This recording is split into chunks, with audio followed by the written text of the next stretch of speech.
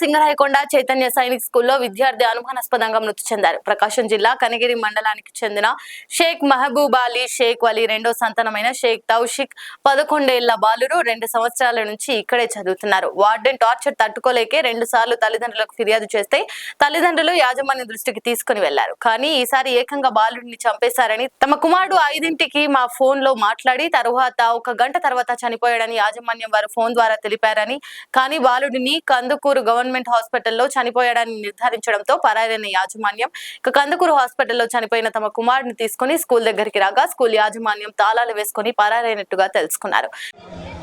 ఎవరో ఊపిరాడకుండా గొంతు నొక్కేసి చంపేసినారు బాబుని, లేకపోతే ఇంజెక్షన్ ఏదో పొడిచినారు ఇక్కడ. छोड़ना ना को भाई तुम्हें छोड़ना ना को क्या हो तो हमें देख लेते मीडिया है 15 నిమిషాలకు నా పిల్లోడికి ఫోన్ మాట్లాడి నేను బజారుకి వెళ్ళేసరికి బుజ్జి సార్ అనేవాడు మా ఆవిడకి ఫోన్ చేశాడట.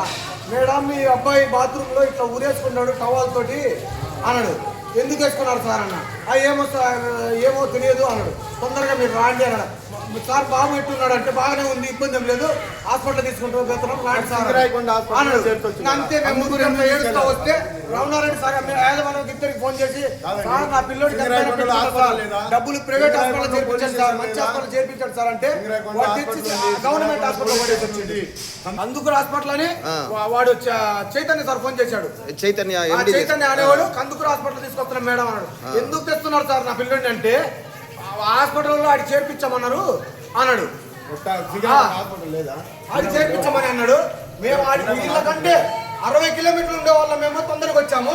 వీడు 10 కిలోమీటర్లు ఎక్కడానికి మేము వచ్చినాక వచ్చాడు.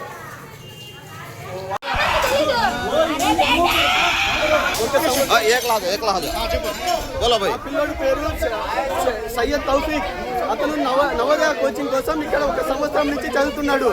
ఆ కోచింగ్ తీసుకుంటూ మంచి మార్కులతో సీట్ వచ్చే విధంగా ఈ మధ్య ఎగ్జామ్ రాశాడు. నాన్న సీట్ వచ్చింది, పెద్ద నాన్న నేను వెళ్తున్నాను, నాకు రాజస్థాన్ అటు సైడ్ మంచి సీట్ వచ్చింది అని చెప్పాడు. వారం ముందే వచ్చాడు ఇక్కడికి. మధ్యాహ్నం వాళ్ళ అమ్మతో మాట్లాడాడు. ఆల్రెడీ అతని వార్డెన్ మీద 2 సార్లు 3 సార్లు కంప్లైంట్ ఇచ్చాడు అతని మీద.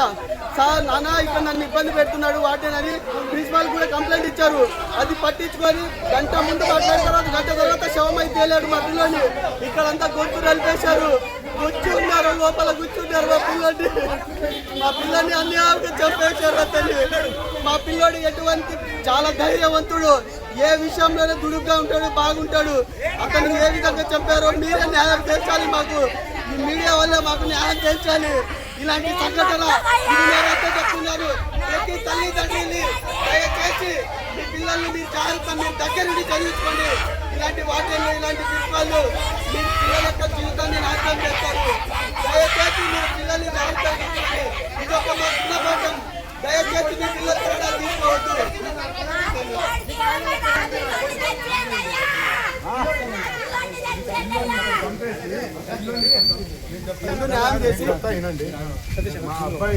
చంపేసి కందుకూరు హాస్పిటల్లో చనిపోయిన తర్వాత జాయిన్ చేశారు. స్టేట్మెంట్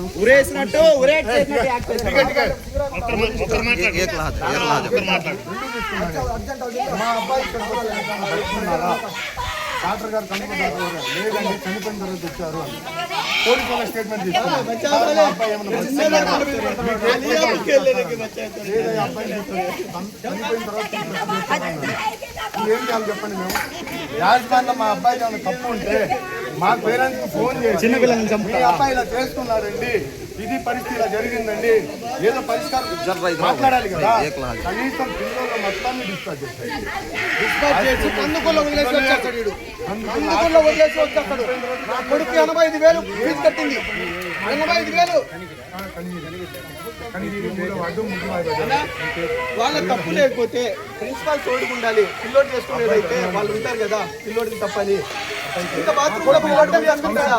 వాటిని 2-3 సార్లు కొనే ఇవ్వకపోతే తిడతా కొడుతున్నారంట. నేను సార్ వాళ్ళు చెప్పిపోయా, సార్ పిల్లోడికి